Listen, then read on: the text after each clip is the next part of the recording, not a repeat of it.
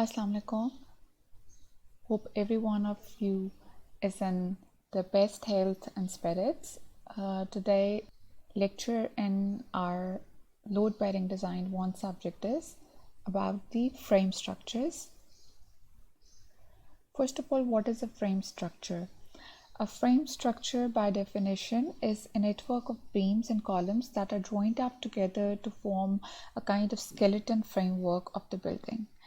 This structural framework carries the entire load of the building right from the top of the roof till the foundation and transfers it to the foundation and then to the soil.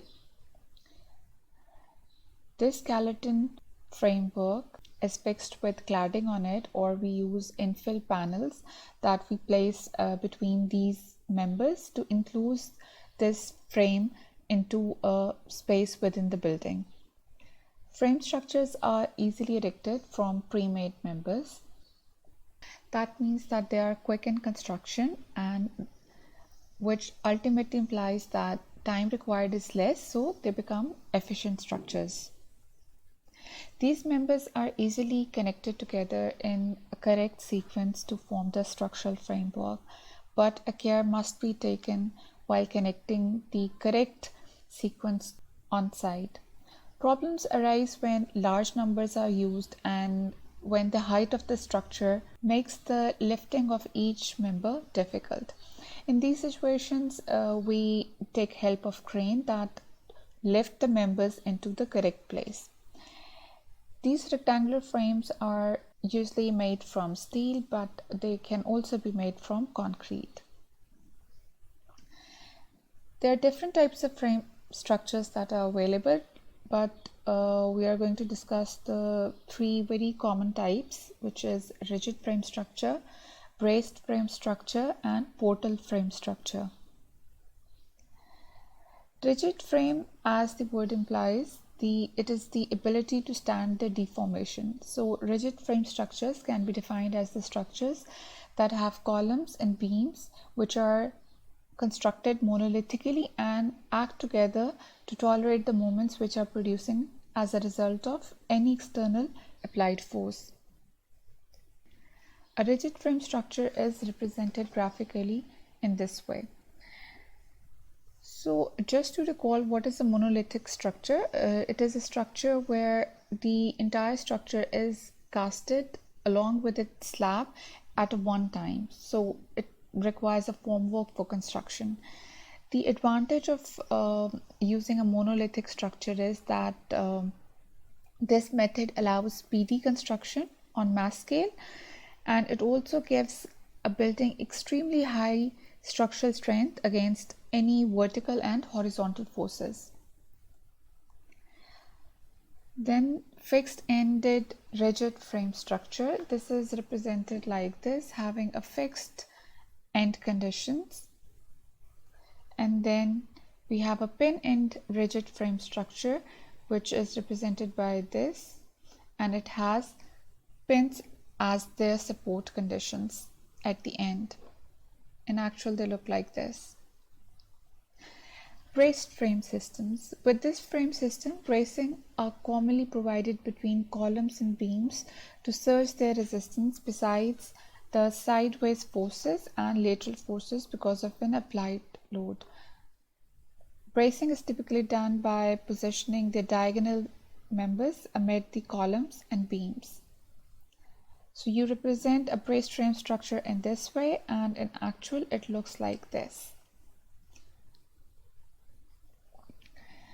This frame system offers more effective resistance against wind forces and seismic loads, and obviously it is more effective as compared to the rigid frame system. The members in a braced frame are generally made of structural steel, which can work effectively both in terms of tension and compression. So here is a diagram. In this first diagram, there is one diagonal braced use. Here we have a cross brace system. Then we have a inverted V brace system. So these are a normal column and beams, and in between are the braces. And then we have a shear wall as well. Instead of using individual elements To form a framework for braced frame systems, we use an entire wall that is equally good in taking the tension and compression, and this shear wall is very much popular when we need to resist the seismic loads. Let's see what is the behavior of structural framing systems under various types of loads. So here in first picture, this is a bare frame under gravity load. This is a fixed and rigid joint, column and beam, and when we apply a vertical load on it from the top, the column deflects outward like this column outwards towards the right, and the beam deflects inwards. The same structure is applied with lateral load, which is the horizontal load. This column is going to sway in this pattern, this column is going to sway in this pattern, and the beam this way, which is ultimately going to make the structure collapse. But now when we talk about the braced frame systems, we have a pin joint rather than the fixed end joint, and then here a bracing is given. When we apply a vertical load on it, only the horizontal member of the structure, which is beam, shows some deflection or bending. The columns are both standing intact. Therefore, this system is more efficient than the normal rigid frame structure. Now let's have a look on the lateral load applied on the structure.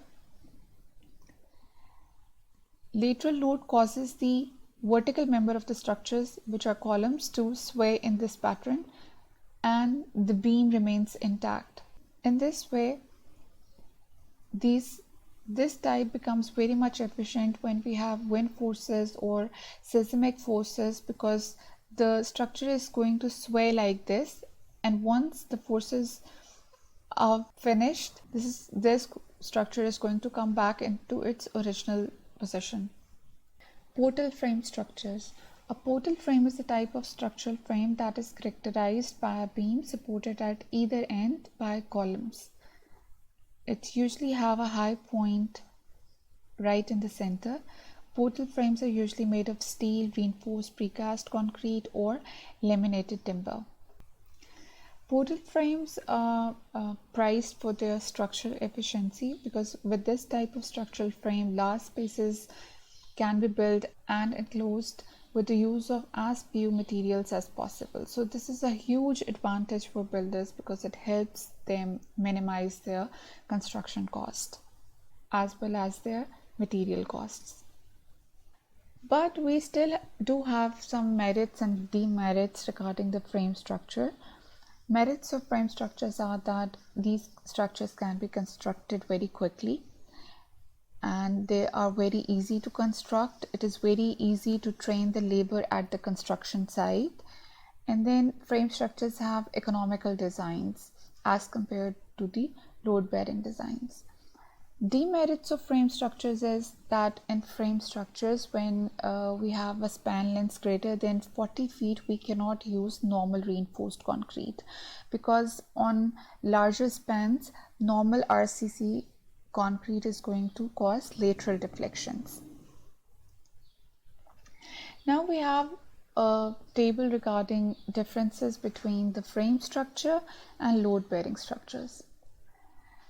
In frame structure, load transfer path is from slab or floor to beam, beam to column, and then column to footing. Whereas in load-bearing structure, load transfer path is from slab to floor, slab or floor to walls, and walls to the footing. We can construct multi-story buildings with frame structures, but with load-bearing structures, we have a limited number of stories that we can build.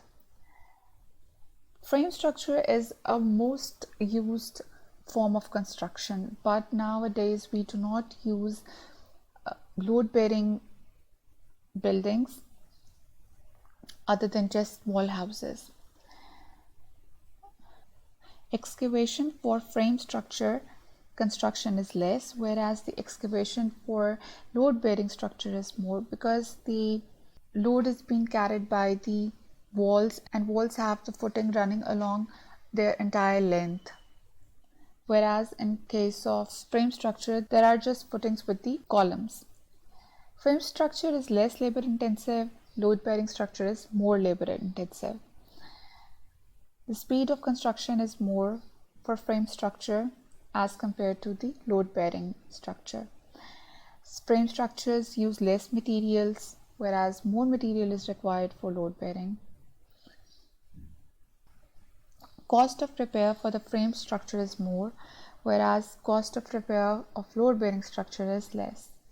If we do not use proper techniques for frame structure building, the life is reduced, whereas the life is not affected with the technique of work in case of load bearing structure. For frame structures, we need to train the workers first because we only require skilled worker for their construction. And for load bearing, it does not matter whether we have a skilled labor or non-skilled labor. Frame structure is always flexible in design as you can shift the location of walls. But in case of load bearing structures, that flexibility is not available as you cannot remove or shift any wall. The walls have to be over one another on each story. That leads to the fact that room dimensions cannot be changed in load bearing structure, whereas we do not find this problem when using frame structure. We can easily use cantilever elements in frame structures, but inclusion of cantilever element is a very difficult task in load bearing design, as we have already discussed that we can only provide 2 feet of cantilever slab when we are designing our houses for the purpose of shades or extending our terraces to make them balconies, etc. In frame structure, the thickness of wall remains same with an increase in the height, but the thickness of wall increases with increase in height when we are constructing a load bearing design. For frame structure, there is no limitation of span, but obviously the load bearing structure have a limited span that they can work for. In fact, in load bearing structure, large spans are not at all possible. There is not much increase in cost when we increase the depth of foundation in case of frame structure. But foundation cost of load bearing is more than frame structure if the depth of foundation increases beyond 1.5 meters. Construction of frame structure is simple. Construction of load bearing structure is cumbersome. The frame can be of RCC material, steel frame or wood frame, etc. And the load bearing walls need to be of brick, stone, concrete blocks, etc. Large openings in walls are possible when we are talking about frame structure, but for load bearing structure, we have some limitations on how many openings we can give in a wall. In frame structure system, external and internal walls serve only the purpose of enclosures for the creation of rooms and for the protection from the weather. Whereas in load bearing structure system, external and internal walls serve as a structural element as well as the purpose of the enclosure for the protection from weather, that is rain, sound, heat, fire, etc. Frame structure can be constructed on any type of soil, whether it's a hard soil or a soft soil, but load bearing structure has to be constructed on a hard strata available at shallow depth, because use of deep foundation in case of load bearing structure is going to cost us a lot. There is no restriction on the height which is suitable for the multi-story building. We can make hundreds and hundreds of stories, but height is limited for the load bearing structures and it is only suitable for maximum 2 to 3 stories. More floor is available for the use because of thin walls, which are actually the partition walls, but the floor area becomes less when we are using thick walls in case of load bearing structure. Frame structure is very much economical for the multi-story buildings. But if we have to build 1 or 2 story building only, then frame structure is not going to work in terms of economy. But load bearing structure is economical up to 2 stories. Frame structure can easily be designed to resist more earthquake vibrations as we can provide extra bracing, etc. But load bearing structure is susceptible to vibration due to machine and earthquakes. We cannot provide bracing system and load bearing structures. That is all for today's lecture. I hope it was easy and very much understandable for you guys. See you in the next lecture. Take care. Allah Hafiz.